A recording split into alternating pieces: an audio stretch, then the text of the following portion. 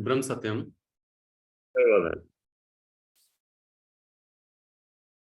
आज के सत्संग का जो मुख्य विषय है वह है क्रोध। 5 विकार होते हैं जिसमें काम, क्रोध, मोह, लोभ और अहंकार। उनमें से आज दास एक विकार जो क्रोध है इस विषय पर संगत के सम्मुख शास्त्र के आधार पर वर्णन करने की कोशिश करता है।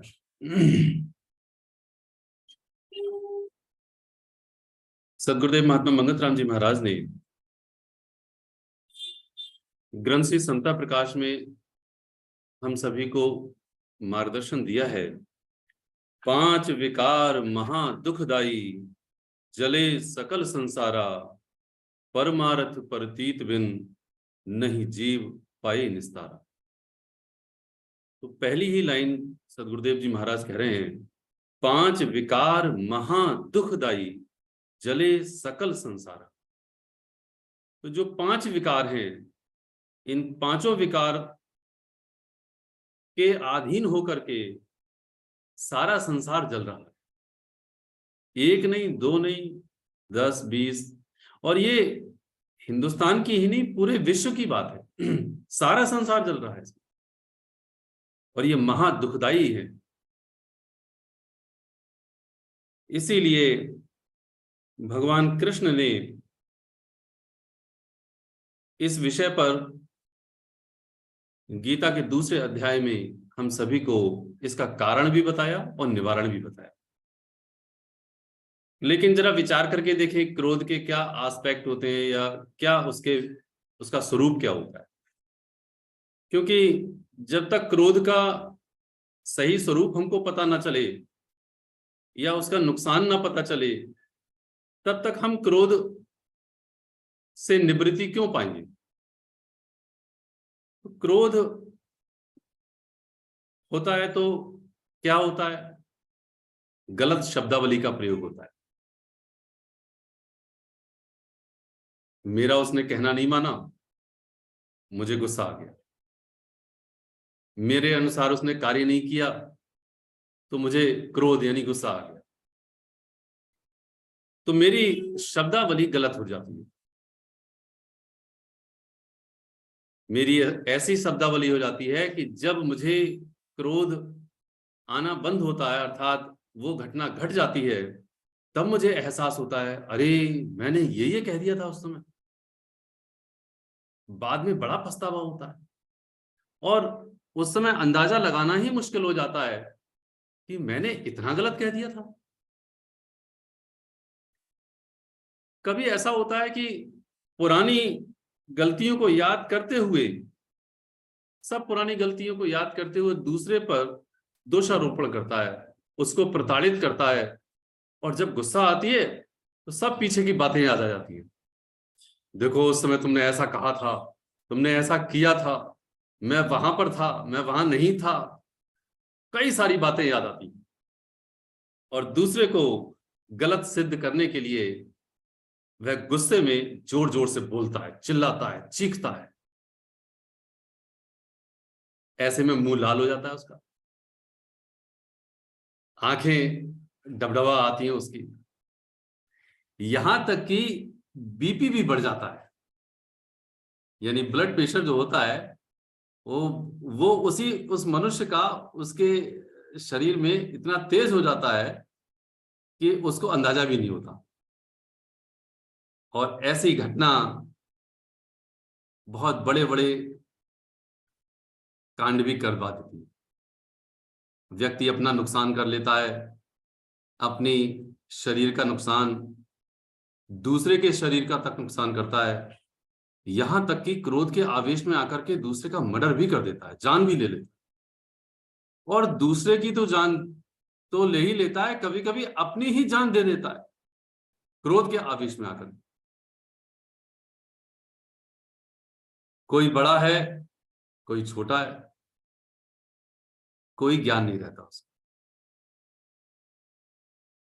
जिस पर मैं क्रोध कर रहा हूं वो नर है या नारी है, यानी पुरुष है या स्त्री है, इस बात का भी उसे होश नहीं रहता। वो किस स्थिति में है इस बात का उसको होश ही नहीं रहता, और जोर जोर से अपनी शब्दावली, अपने आप को दूसरे से बोल बोल करके वो अपनी क्षति और दूसरे की भी क्षति करता ही रहता है। तो जरा अंदाजा लगाएं इस बात के लिए कि क्रोध यानी गुस्सा किस तरह से कितना प्रगाढ़ हो गया, और आज का ये हाल घर घर में है। किसी भी रिश्ते को लेकर आप बात कर लीजिए, चाहे पति पत्नी हो, पिता पुत्र हो, भाई बहन हो, भाई भाई हो, कारण उसका कई उसके कारण हो सकते हैं। तो अभी हम जो समझने की कोशिश कर रहे थे कि जो क्रोध का स्वरूप है, जो क्रोध की वास्तविकता है, वो क्या है, कैसी है, इस बात के लिए अभी हम समझ रहे थे। अब हम शास्त्र की तरफ देखें कि आखिर क्रोध आता क्यों है, क्रोध का कारण क्या है, और उसके बाद उसके निवारण की ओर बढ़ते हैं। दास आपके सम्मुख कितनी भी बात करे, लेकिन शास्त्र की बात प्रमाणित होती है। तो आओ हम सुनते हैं भगवान कृष्ण ने दूसरे अध्याय के 62वें श्लोक में और 63वें श्लोक में क्या कहा है।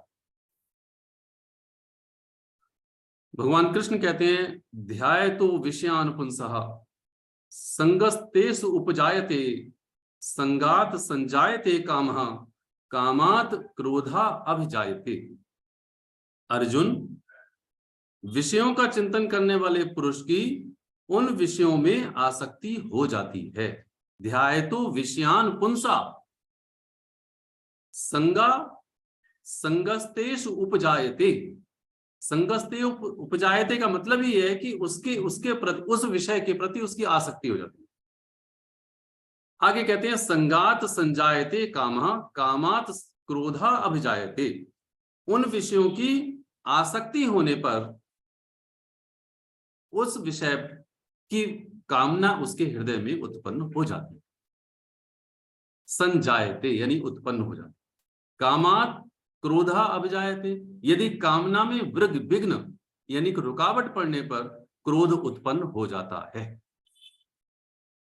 तो ये जो सूत्र दिया भगवान कृष्ण ने, वो कहते हैं कि विषयों का चिंतन करने वाले पुरुष की उन विषयों में आसक्ति हो जाती है। ये जो बात कही गई है, इस बात को हम बड़ी गहराई से और बारीकी से समझें कि मेरे न जाने कितने विषय हैं, खाने के विषय, पीने के विषय, पहनने के विषय, समझे नहीं, रहने के विषय, मेरा घर है, मेरे कपड़े हैं, मेरा खान पान है, समझे, ऐसे ही घूमने का विषय, न जाने कितने विषय हैं।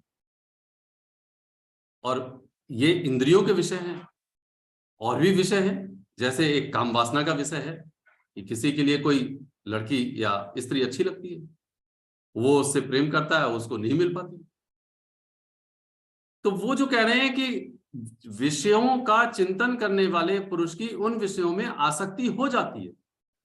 आप जिस भी विषय को देखेंगे उस विषय के बारे में आप बार बार चिंतन करेंगे।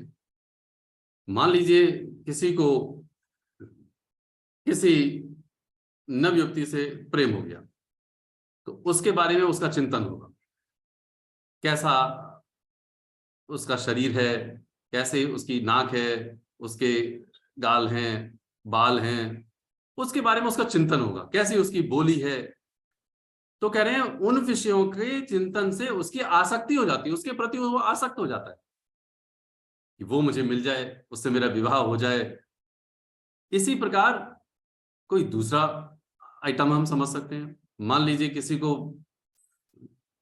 छोले भटूरे बहुत अच्छे लगते हैं, तो उसे याद आएगा, अरे अमृतसर में बड़ा अच्छे कुलचे छोले मिलते थे, वहां मैंने बड़े अच्छे खाए थे। उसका टेस्ट तुम्हें आता ही नहीं है बनाना, तुम्हें बनाना ही नहीं आता है। अब बनाने की बड़ी कोशिश की गई, लेकिन बना ही नहीं पाया। तो कहते हैं उसके प्रति जो उसकी आसक्ति है, उस आसक्ति से उसकी कामना उत्पन्न हुई कि वो चीज मिल जाए, चाहे वो लड़की मिल जाए, चाहे वो मुझे व्यंजन यानी खाने पीने का आइटम मिल जाए, मुझे शर्ट मिल जाए, समझे। तो बच्चा एक शर्ट की जिद कर रहा है कि मुझे येलो कलर की शर्ट चाहिए, और उसमें भी कोई ना कोई स्टैचू बना हुआ हो, तो उसके लिए वो बहुत प्रिय है, वो सोचता रहता है उसके बारे में। तो कहते हैं कि जो कामना उसके अंदर पैदा होती है, उस जीव के अंदर, उस कामना को पूरी करने का यत्न करता है, और उस कामना को पूरी करने में यदि कोई विघ्न पड़ता है यानी रुकावट होती है, तो भगवान कृष्ण कहते हैं कामात क्रोधा अभिजायते, कामना में विघ्न पड़ने से क्रोध उत्पन्न हो जाता है। कोई भी इच्छा हो, उस इच्छा में जब भी रुकावट होती है तो उसके लिए क्रोध आ जाए, और कामना न जाने कितनी है मेरी। इसलिए महाराज जी कहते हैं कामना रूपी अग्नि में जीव जले दिन रात। इसे कहते हैं तृष्णा रूपी, ये तृष्णा का रोग लगा हुआ है, ये कामना का रोग लगा हुआ है, और उस कामना में वो दिन रात जल रहा है। कोई बेटे के लिए जल रहा है, बेटे की खुशी के लिए, बीवी की खुशी के लिए, कोई व्यंजन की खुशी के लिए, न जाने कितनी कितनी कामनाएं उसके अंदर हैं। इसलिए कहते हैं कामना रूपी अग्नि में जीव जले दिन रात, दिन रात जल रहा है वो। भगवान कृष्ण 63वें श्लोक में क्या कहते हैं वो भी सुने। भगवान कृष्ण कहते हैं क्रोधात भवति सम्मोह, सम्मोहात स्मृति विभ्रमा, स्मृति भ्रंशात बुद्धिनाशा, बुद्धिनाशात प्रणश्यति। अर्थात अर्जुन, क्रोध के आवेश में अत्यंत रूप से जब जीव आता है तो मूढ़ भाव उत्पन्न होता है। मूढ़ भाव का मतलब है कि उसको कर्तव्य और अकर्तव्य का बोध नहीं होता। अर्जुन से कहते हैं उसका मूढ़ भाव उत्पन्न होता है। मूढ़ भाव का मतलब है कि क्या सही है और क्या गलत है ये उसके बुद्धि में नहीं रहता। तो कहते हैं क्रोध से अत्यंत मूढ़ भाव उत्पन्न होता है, और मूढ़ भाव से स्मृति यानी कि उसकी बुद्धि भ्रम में आ जाती है, और स्मृति में भ्रम हो जाने से बुद्धि अर्थात ज्ञान शक्ति का नाश हो जाता है। बुद्धि नाशा यानी कि बुद्धि का नाश हो जाता है, और बुद्धि का नाश होने पर पुरुष अपनी स्थिति से ही गिर जाता है।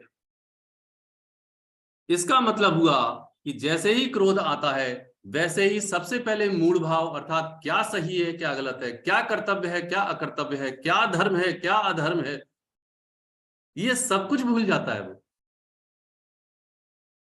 कहां नर है कहां नारी है, क्या बड़ा है कौन छोटा है, कहां ज्ञान है कहां अज्ञान है, उसका मूढ़ भाव उत्पन्न हो जाता है। अर्थात सब कुछ उसका जो विवेक है वो नाश हो जाता है। सही जो शब्द है वो ये है। तो उसकी स्मृति में जब भ्रम आ जाए तो बुद्धि का नाश हो जाता है और वो पतित हो जाता है। जब वो पतित ही हो गया अपनी स्थिति से तो वो कुछ भी कर देगा। वो तो पागल हाथी की तरह है, भूखे शेर की तरह है, क्योंकि उसमें तो ज्ञान ही नहीं है, विवेकहीन है वो। इसलिए महाराज जी कह रहे हैं विवेकहीन मानुष जो होई, पशु समान जीवन सुख होई। देखो वाणी क्या कह रही है। और जो बात भगवान कृष्ण 5000 वर्ष पहले कह रहे हैं, मूल भाव उत्पन्न हो गया, वही बात वाणी में आ रही है, विवेकहीन मानुष जो हुई, पशु समान जीवन सुख। इसलिए जो शास्त्र की बात है हम इस बात को समझने की कोशिश करें कि किस प्रकार भगवान कृष्ण ने इस बात को समझाने की कोशिश की। तो ये जो क्रोध का भाव है वो उसके अंदर इस प्रकार हावी होता है, और जब हम इस बात को समझ रहे हैं कि ये क्रोध इतना प्रबल है, मेरा भी नाश कर देता है, दूसरे का भी नाश कर देता है, तो भैया इसका इलाज क्या है? हमें इसके इलाज की ओर जाना चाहिए। जब तक इसका इलाज नहीं करेंगे तब तक हम आगे कैसे जा सकते हैं? और प्रभु के लिए क्रोध कैसे प्रिय होगा, या क्रोधी मनुष्य कैसे प्रिय होगा प्रभु के लिए? तो इसीलिए रामचरितमानस में गोस्वामी तुलसीदास जी उस समय उसका वर्णन करते हैं, जिस समय भगवान राम ने महर्षि से पूछा कि महर्षि हम कहाँ रहे। महर्षि ने उस समय इस वर्णन को कई चौपाइयों के माध्यम से भगवान राम को बताया कि तुम वहां रहो। तो उन चौपाइयों के मध्य एक चौपाई आती है जिसमें क्रोध का भी जिक्र है। वो कहते हैं, काम क्रोध मद मान न मोहा, लोभ न क्षोभ न राग न द्रोहा, जिनके कपट दंभ नहीं माया, तिनके हृदय बसहु रघुराया। काम क्रोध मद मान न मोहा, जिसके अंदर काम क्रोध मद मान और मोह, लोभ क्षोभ न राग न द्रोहा, जिनके कपट दंभ नहीं माया, तिनके हृदय बसऊं रघुराया। तो जिसके अंदर क्रोध नहीं होता, या यूं कहे जिसके अंदर ये 5 विकार नहीं होते जो दास ने पहले बताए, 5 विकार महादुखदाई, जले सकल संसारा, वही बात रामचरितमानस में गोस्वामी तुलसीदास जी भी कह रहे। तो उसका उत्तर क्या है? वो कह रहे हैं, परमारथ प्रतीत बिन नहीं जीव पाए निस्तारा। बिना परमार्थ के, बिना प्रतीति के ये जीव निस्तारण नहीं हो पाएगा, इसका निस्तारण हो ही नहीं सकता। और देखो, एक बहुत अच्छे संत हुए फरीद साहब क्या कहते हैं वो भी सुने। फरीदा बुरेदा भला करी, गुस्सा मन न हड़ाई, देही रोग न लगाई, पले सबू कुछ पाई। अर्थात फरीद, बुराई करने वाले के साथ भी भलाई कर, गुस्सा मन में ना आने दे। इस तरह शरीर को कोई रोग नहीं लगता और हर एक पदार्थ यानी कि अच्छे अच्छे गुण और अच्छे अच्छे भाव ये संभाले रहता है। यदि कोई बुराई भी कर रहा है तो उस पर गुस्सा मत करो, उससे प्रेम करो, अपने आप को नियंत्रित में रखो, और ऐसा नियंत्रण पा करके वो अपने अच्छे गुणों को संभाले रहता है। और जो नहीं उन गुणों को, जो उसके बुराई करने पर या उसके अहित करने पर जब उसके लिए उस पर गुस्सा आ जाता है, तो जो उसके अच्छे भाव हैं, जो अच्छे गुण हैं, वो अपने आप ही पतित हो जाते हैं। और दूसरे महर्षि देखो क्या कर रहे हैं, उन्होंने तो इससे और उल्टी बात कही। निंदक नियरे राखिए, आंगन कुटी छवाए, बिन पानी साबुन बिना, निर्मल करे स्वभाव। निंदक नियरे राखिए, आंगन कुटी छवाए, जो तुम्हारी निंदा करते हैं, जो तुम्हारे लिए भला बुरा कह रहे हैं, अरे भैया उनके लिए तो अपने पास रखो। ऐसे नहीं कि संगत उनकी रखो, बल्कि इसलिए रखो क्योंकि उनकी निंदा से हम सुधर जाएंगे, हम संवर जाएंगे, हमारी कहीं गलती होगी हमारे लिए पता चल जाएगी, इसलिए पूछते रहो। वो ऐसे ही होते हैं, बिना पानी के बिना साबुन के हमारे मन को निर्मल कर देते हैं। हमारे हाथ अगर निर्मल हमें करने हैं तो हमें साबुन लगाना पड़ेगा, पानी से धोना पड़ेगा, लेकिन ये लोग तो ऐसे होते हैं जो हमारे लिए हमारी त्रुटि बता देते हैं और बता करके हमारा ही जीवन संभाल देते हैं। इसलिए निंदकों के लिए तो सबसे पहले गोस्वामी तुलसीदास जी ने प्रणाम किया है। जो दुख देता है, जो बेचैनी दे रहा है, वो तो प्रभु की याद दिला रहा है, इसलिए दुख मांगते हैं। और जो हम उल्टा करते हैं, जो हमें दुखी करता है हम उस पर क्रोध कर देते हैं। ये तो और उल्टी बात हो गई। तो एक प्रश्न देखो महाराज जी से पूछा, और महाराज जी से जो प्रश्न पूछा उसका उनका भी उत्तर महाराज जी अपने उनके शब्दों को सुने। महाराज जी, ऐसा कौन सा साधन है जिससे ये हमारे 5 विकार काम क्रोध आदि सब कम होते जावे? महाराज जी कहते हैं, प्रेमी, प्रभु का विश्वास ही तुम्हारे अंदर से विकारों की कमी करता जावेगा। ये जो सबसे पहली लाइन है प्रभु विश्वास की, वो इसीलिए कही गई है कि प्रभु का विश्वास जैसे जैसे इस जीव के अंदर दृढ़ होगा, वैसे वैसे तेरे अंदर विकार कम होते चले जाएंगे। तुझे प्रभु पे विश्वास ही नहीं है। अरे अगर कोई हानि कर रहा है तो तेरे प्रारब्ध के अधीन है। यदि तुझे कोई कुछ कह भी रहा है तो तेरे प्रारब्ध के अधीन है, क्योंकि तेरा लेना देना पूरा हो रहा है।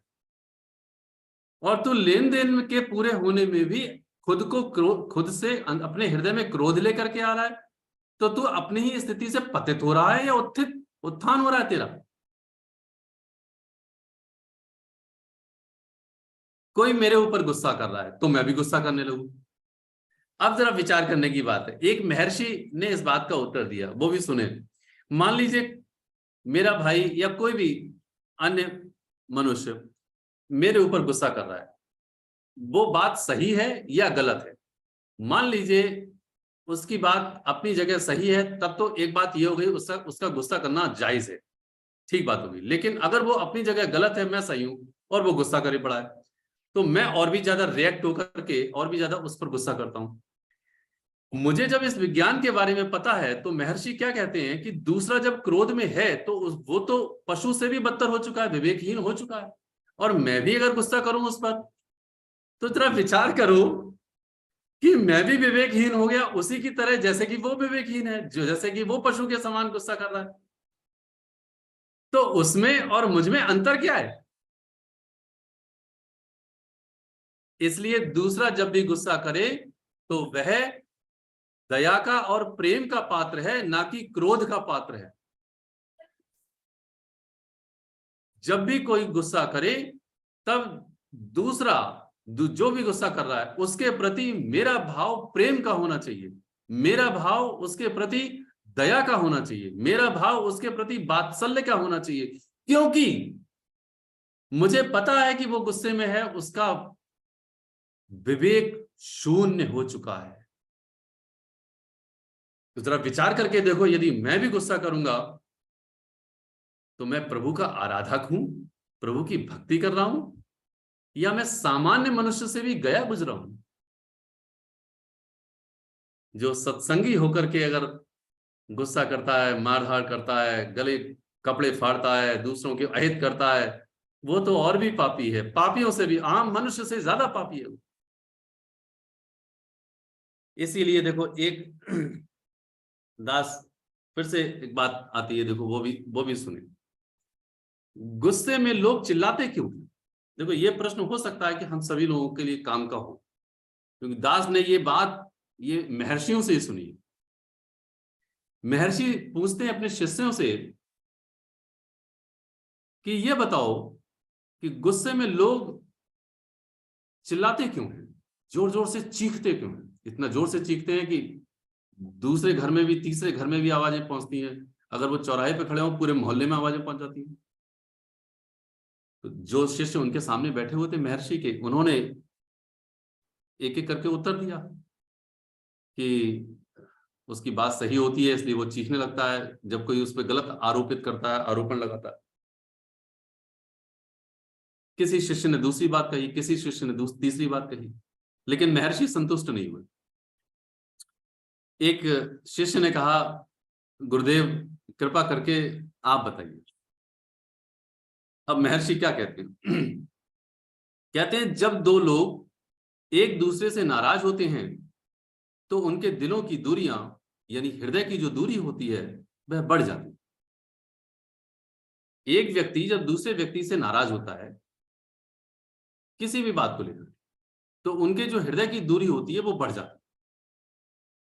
बोले जब हृदय की दूरी बढ़ जाती है तब एक व्यक्ति को दूसरे व्यक्ति के हृदय तक बात पहुंचाने के लिए उसे जोर से बोलना पड़ता है। जितनी दूरी उन दोनों के हृदयों में होती है उतनी ही तेज एक व्यक्ति को दूसरे व्यक्ति से चिल्ला करके ही बोलना पड़ता है। बोले इसका उदाहरण जो प्रैक्टिकल है वो दूसरे लहजे में आप समझोगे तब आपको पता चले। बोले क्या गुरुदेव? कहते हैं जब हृदय की दूरी कम होती है तो दोनों मनुष्य आपस में साधारण बातचीत करके समझ जाते हैं। बोले ठीक बात है। बोले जब दोनों दो हृदयों की दूरी और भी ज्यादा करीब होती है तो इशारों में बात समझ जाते हैं। देखो पति पत्नी देखते हैं, प्रैक्टिकल दास बात कर रहा है, पति ने पत्नी की ओर देखा महफिल में और उनकी आंखों से ही बातचीत हो जाती। बोले इससे कहीं ज्यादा जब ज्यादा हृदय दूर निकट होते हैं तो आंखों से तो दूर केवल भाव जो अपने उनके हृदय में होते हैं उनके भाव से दूसरे व्यक्ति तक भाव पहुंच जाते हैं और बात समझ में आ जाती है। महर्षि की बात बिल्कुल प्रैक्टिकल की थी और बात समझ में आ रही थी। तो इसीलिए जो गुस्से में लोग चिल्लाते हैं उसका जो कारण है वो ये है, हम सभी को चाहिए कि क्रोध पर हम अपने आप के लिए नियंत्रण में लेकर के आए। और वो कैसे नियंत्रण में लेकर के आएंगे, उसके लिए महर्षि ने और हमारे सभी सत्पुरुषों ने एक बात कही, परमारथ पर तीत बिन नहीं जीव पाए निस्तारा। जब तक परमार्थ के रास्ते पर नहीं चलता ये जीव, जब तक दूसरे का हित नहीं करता ये जीव, जब तक भगवान का नाम नहीं लेता ये जीव, जब तक सत्संग को ध्यान से सुन करके अपने जीवन में अमल नहीं करता ये जीव, जब तक अपनी इच्छाओं को कम से कम करने की कोशिश नहीं करता ये जीव, तब तक क्रोध के आवेश में आना ही आना है उसको, कोई ताकत उसको नहीं रोक सकती। तो गुरुदेव यही बात कह रहे हैं कि जो जितनी ज्यादा इच्छाओं को लेकर के अपने जीवन को व्यतीत करता है वह उतना ही ज्यादा क्रोधी, क्योंकि उसकी इच्छा पूरी होगी नहीं, हर इच्छा तो पूरी हो नहीं सकती। तो जब इच्छा पूरी नहीं होगी तो इसीलिए उसको क्रोध आना ही आना है, वो उसको दूर नहीं कर सकता। इसलिए भगवान कृष्ण इस बात के लिए क्या कह रहे हैं वो भी हम अंत में सुने, वो ज्यादा सही रहेगा और हम सबको ये बात समझ में आ जाएगी। ये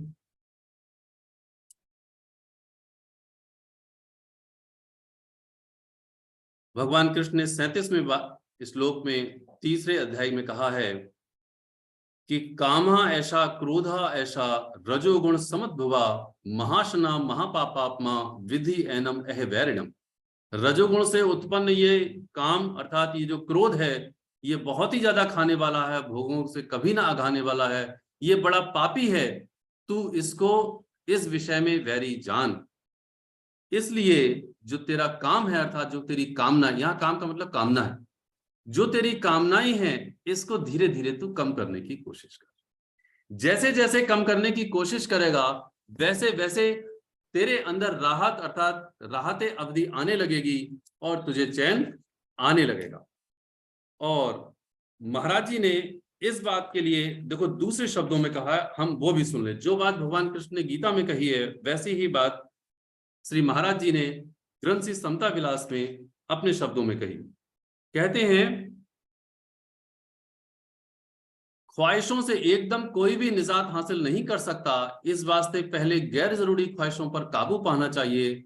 गैर जरूरी ख्वाहिशें जीव को अति कलेश देने वाली हैं।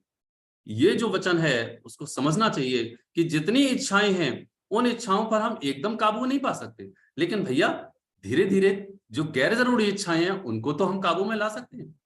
जैसे जैसे गैर जरूरी इच्छाएं हैं उनको काबू में लेकर के आए तो मेरे अंदर चैन आने लगे। इसलिए कहते हैं कि बड़ी से बड़ी भक्ति इच्छाओं पर काबू पाना है। और महाराज जी अपने शब्दों में कह रहे हैं इस बात के लिए कि बड़ी से बड़ी जो भक्ति है वो क्या है, इन इच्छाओं पर काबू पाना है। और बड़ी से बड़ी नादानी यानी मूर्खता ही है अपनी इच्छाओं का गुलाम बनना। तो जो बात महर्षि महात्मा मंगत राम जी महाराज कह रहे हैं वही बात भगवान कृष्ण गीता में कह रहे हैं। हम सभी शास्त्रों को समझ करके अपने क्रोध पर काबू पाएं, अपनी इच्छाओं पर काबू पाएं, भगवान का नाम लें। रोटी खाने से भी ज्यादा जरूरी ईश्वर का नाम है, इसलिए अपने नाम को हम लोग समझें, नाम को लें ताकि हम सभी क्रोध पर विजय पा सकें और भगवान के नाम में लीन हो सकें और हम सबका कल्याण हो सके। ओम ब्रह्म सत्यम सर्वदा।